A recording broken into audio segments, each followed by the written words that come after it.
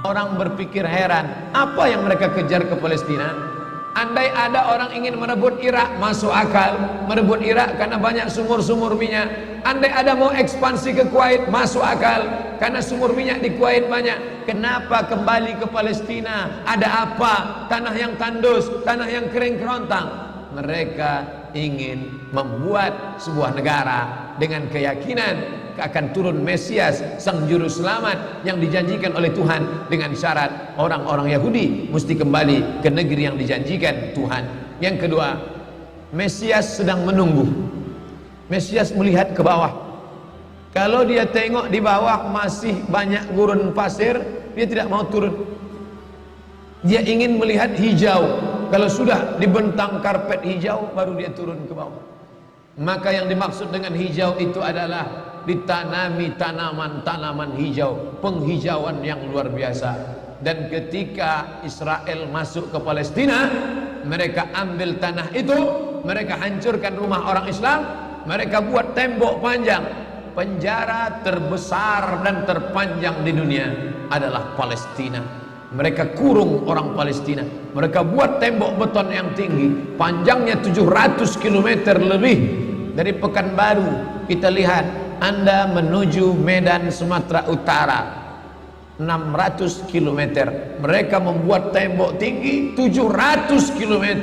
Bayangkan, umat Islam terisolir dan mereka tanami hijau-hijau. Makanya Allah berkuasa, Allah mau tunjukkan kuasa, lalu Allah buat tanaman hijau itu menyala. Dalam pokok yang hijau itu menyala beberapa bulan yang lalu. Heran orang, Allah mau menunjukkan kekuasaannya. Kalian tidak mau tolong Palestina, aku yang akan menolongnya. Tanaman yang hijau yang mereka tanam itu tiba-tiba terbakar. Tidak ada yang bisa mematikannya. Sampai-sampai reporter wartawan Amerika mengatakan, tidak ada yang bisa mematikan kebakaran ini kecuali Tuhan, karena Dia yang membakarnya. Mengerti keadaan kita zaman sekarang. Jangan sampai dikatakan Palestina bukan urusan kita. Ini kan masalah politik. Indonesia ya Indonesia, Palestina ya Palestina. Antum tidak mengerti masalah dunia. Palestina adalah masalah umat Islam. Subhanalladzi asra bi'abdihi. Maha suci Allah yang sudah memperjalankan hambanya minal masjidil haram, dari masjidil haram, ilal masjidil aqsa, masjidil aqsa, masjidil aqsa Palestina. Kita yang tertulis dalam kitab suci kita bahwa kita punya ikatan emosional. Kenapa kita tidak yakin itu?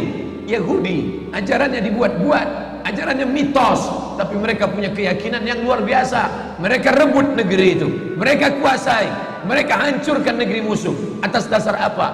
Keyakinan bahwa Mesias akan datang. Yang kelima, apa yang mereka lakukan untuk Palestina? Mereka meyakini ada Temple of King Solomon, tempel kuil King Solomon, Raja Sulaiman. Datang pula orang Indonesia latah, dikatakannya Sulaiman ini kerajaannya bukan di Palestina, di Yogyakarta, Sleman. Kata dia, King Solomon itu punya tempel kuil, dan Temple of King Solomon letaknya pas di bawah Al-Masjidil Aqsa. Apa maknanya?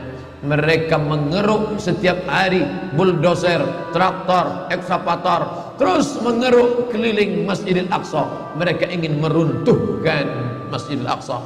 Tulis Temple of King Solomon, enter, pilih image, tampak gambar replika. Inilah kerajaan Sulaiman yang ada di bawah Masjidil Aqsa. Akan mereka naikkan. Mereka sudah bangunkan rumah kecil replikanya, seperti orang Riau membuat rumah replika, rumah Melayu Kampar, rumah Melayu Siak, rumah Melayu Bengkalis. Di mana rumah itu? Di Purna MTQ. Anak-anak kita kalau mau tahu bagaimana rumah Melayu Kampar, bagaimana rumah Melayu Siak, bagaimana rumah Melayu Pelalawan, pergi ke sana. Sebagiannya ada, sebagian tak ada, entah kemana perginya. Tapi mereka membuatkan itu. Inilah dia replika kerajaan Temple of King Solomon. Artinya apa? Mereka ingin menghancurkan Al-Masjidil Aqsa berkeping, sampai akhirnya disitulah nanti kemarahan umat Islam. Entah marah entah tidak, melihat gayanya tak marah. Oh, kalian hancur-hancurkanlah. Banyak lagi urusan kami sibuk dengan ini. Tapi akan ada hamba-hamba Allah. La tazulu fi ummati ta'ifatun min ummati. Akan tetap ada sekelompok umatku yang memperjuangkan agamaku, kata Allah Subhanahu wa ta'ala. Yang terakhir, yang kelima, akan turun Mesias. Kapan itu terjadi? Ketika terjadi perang besar. Sebetulnya dalam agama Islam sudah dituliskan yang dimaksud dengan Mesias itu siapa. Kata Imam Al-Hafiz Ibnu Hajar Al-Asqalani dalam Fathul Bari, yang dimaksud dengan yang dinanti-nanti mereka itu adalah Dajjal. Dajjal itulah sesungguhnya yang sedang mereka nanti. 70,000 Yahudi wara'ad Dajjal. Ada 70.000 Yahudi yang akan berada di belakang Dajjal ketika dia turun nanti. Makanya tiap hari, tiap petang kita berkata, Allahumma inni a'udzubika min azab jahannam wa min azabil qabri wa min fitnatil mahya wal mamat wa min syarri fitnatil masihid Dajjal. Dajjal itulah yang sedang mereka tunggu.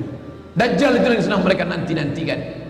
Kita menantikan kedatangan, dia pun juga menantikan akan kedatangannya. Bedanya apa? Mereka meyakininya dengan semangat mereka luar biasa. Mereka bangkit. Umat Islam percaya. Padahal tiap hari dia katakan sebelum salam, Allahumma inni a'udzubika min adzabi jahannam wa min adzabil qabri wa min fitnatil mahya wal mamat wa min syarri fitnatil masihid dajjal. Tiap hari dikatakan, tiap hari diucapkan. Tapi dalam hati, betul tak Dajjal datang? Entah iya entah tidak.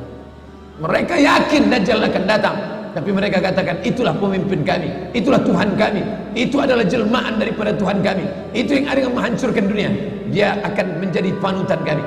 Kita berkata itu musuh kami, tapi kita pun ragu entah musuh entah tidak. Oleh sebab itu kita minta ampun kepada Allah atas kurangnya iman kita. Subuh ini kita bangkitkan semangat kita, tapi yang datang kepada, kenapa Allah tidak menolong? Katanya Allah itu maha kuasa. Cukup dia teriakkan saja, malaikatnya satu berteriak, pecah gendang telinga orang Yahudi, mati. Cukup dia tiupkan angin sejuk, terhirup, mati. Kenapa tidak dia matikan saja Yahudi itu? Datang Syekh Muhammad Jibril, Syekh Dr. Muhammad Jibril, Syekh Profesor Dr. Muhammad Jibril, dosen tafsir Al-Azhar.